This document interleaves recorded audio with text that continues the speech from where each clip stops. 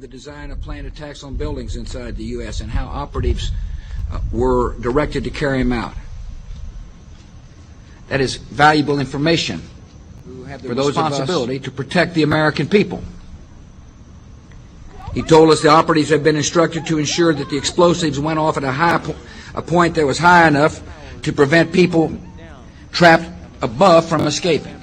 He gave us information that helped uncover Al-Qaeda cells' efforts to obtain biological weapons.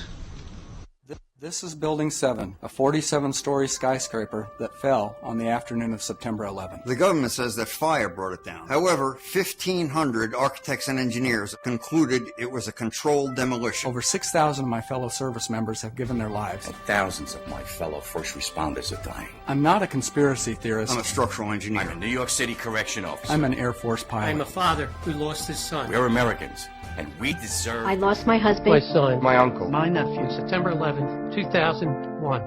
Most people don't know a third tower fell that day. The government says fire brought it down. The collapse of World Trade Center 7 was primarily due to fires. I, along with 1,400 other architects and engineers, have found the government's conclusion to be physically impossible. Impossible. We need the truth about what happened that day. Go to rememberbuilding7.org. Why it fell, why it matters, and what you can do.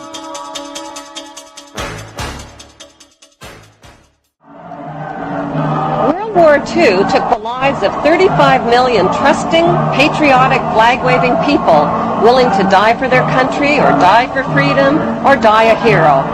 But what they really died for was the lies and the propaganda.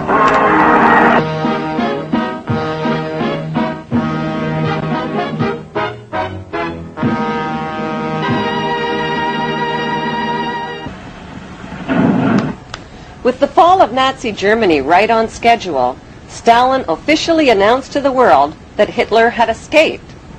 U.S. and British spin doctors quickly changed the story, claiming that Hitler had committed suicide and that his body had been burned beyond recognition by his own officers. The key words are beyond recognition. While people were busy celebrating the end of World War II and believing what they wanted to believe, the international banksters who had sponsored the genocide, torture, and suffering of non-ethnic Jews stole their wealth from Swiss bank accounts just as they had stolen the wealth of the Russian czars after financing the Russian Revolution. The Vatican was also tied to plundering Nazi gold, which had been stolen from the Jews. It is a well-documented fact that Pope Pius XII lent his support to the anti-Semitic Hitler and his Nazi regime.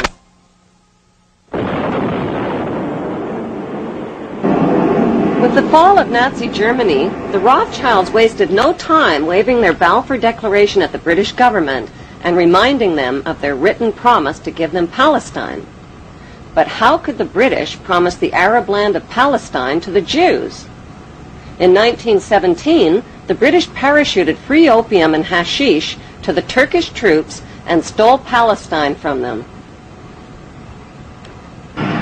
One ingenious stratagem was to parachute hashish and opium to the Turkish troops to try to keep their minds off the fighting. Allenby's strategy worked brilliantly. During World War II, the British needed Arab oil and signed an agreement with the Arabs which forbid Jewish immigration into Palestine. Then at the end of the war, the British broke their agreement with the Arabs and allowed the Rothschild Jewish Zionists to smuggle hundreds of thousands of Jews from around the world into Palestine. To win public support, the Rothschilds, who owned Reuters and the Associated Press, bombarded their media empire with images of homeless Jewish Holocaust refugees crowded together in ships off the coast of Palestine. On October 24, 1945, the bankster pirates gave birth to their most powerful weapon of global control, the United Nations. According to plan, the British pulled out of Palestine and gave the land to the Jewish Zionists. These Zionist extremists call themselves God's chosen race of people and believe they have a God-given right to the land of the Palestinians. It is important to know that the land now called Israel was originally called Canaan in ancient times. Canaan was populated by the Canaanite people, who were the ancestors of today's Palestinians imprisoned in refugee camps in Israel.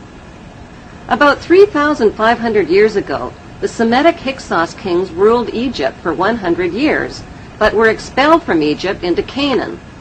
The Egyptians called these Hyksos people the Habarus, which means Hebrews. These expelled Hebrews invaded and conquered the land of Canaan and changed the name of the land from Canaan to Israel.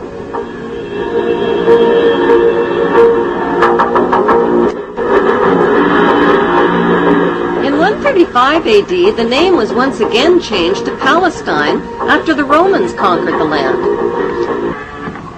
In 1948, the bankster-controlled United Nations officially turned Palestine into the Zionist State of Israel. To deal with the millions of Palestinian residents, the Israeli Jews massacred and drove them from their villages and homeland.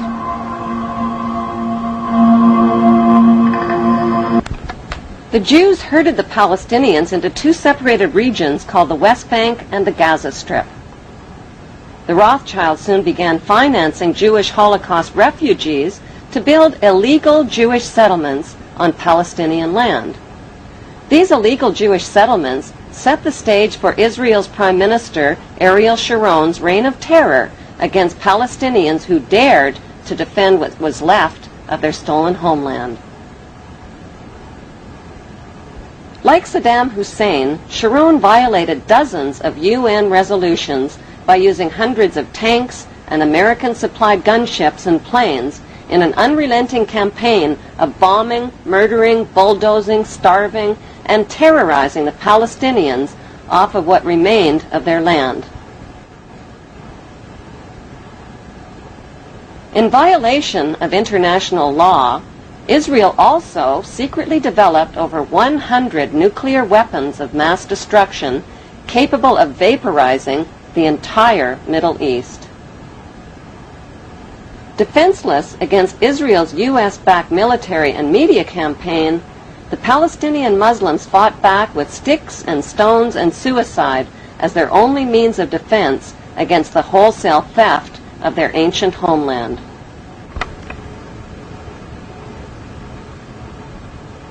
The story of the Bible was written by Hebrew Jews who tell us that the Hebrew Jews are God's chosen race of people.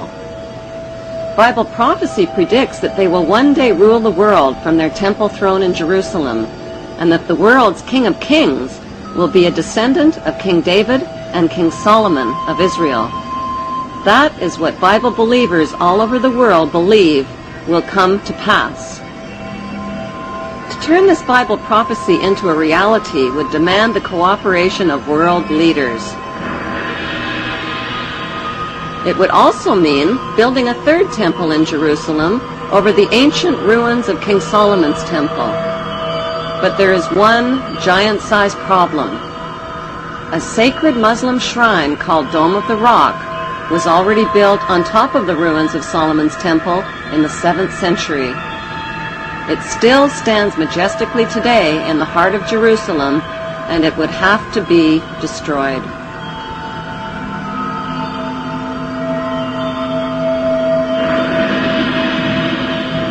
Since Israel is surrounded by not-so-friendly Muslim nations, and with millions of Muslim Palestinians living in Israel's West Bank and Gaza Strip, this Bible prophecy is impossible to fulfill.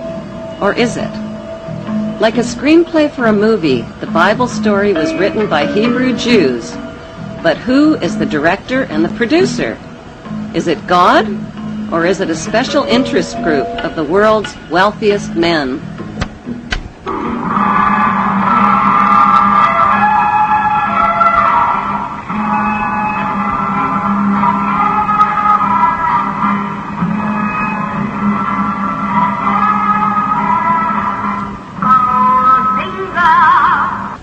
The Rothschilds, whose front companies had helped finance Hitler and the Jewish slave labor camps, had turned Jewish Holocaust victims into victimizers. Imprisoned inside barbed wire refugee camps, the Palestinians began to resemble the victims of Nazi concentration camps. According to author Simon Schama, the Rothschilds own 80% of the land of Israel. Even the flag of Israel flies the hexagram symbol from the Rothschild family's red shield. The hexagram has 6 points, 6 triangles, and 6 sides on the central hexagram. The numbers 666 are associated with the biblical prophecies that predict an apocalyptic Third World War. In their national bestseller, Secret War Against the Jews, authors Loftus and Ahrens reveal indisputable evidence that Hitler's top Nazi general, General Reinhard Gehlen, transferred his entire network of Nazi spies and double agents to Fort Hunt, Virginia, to join America's newly formed CIA. This highly secretive operation was codenamed Operation Paperclip and included Holocaust mastermind Otto Skorzeny, Hitler's personal friend and favorite SS colonel.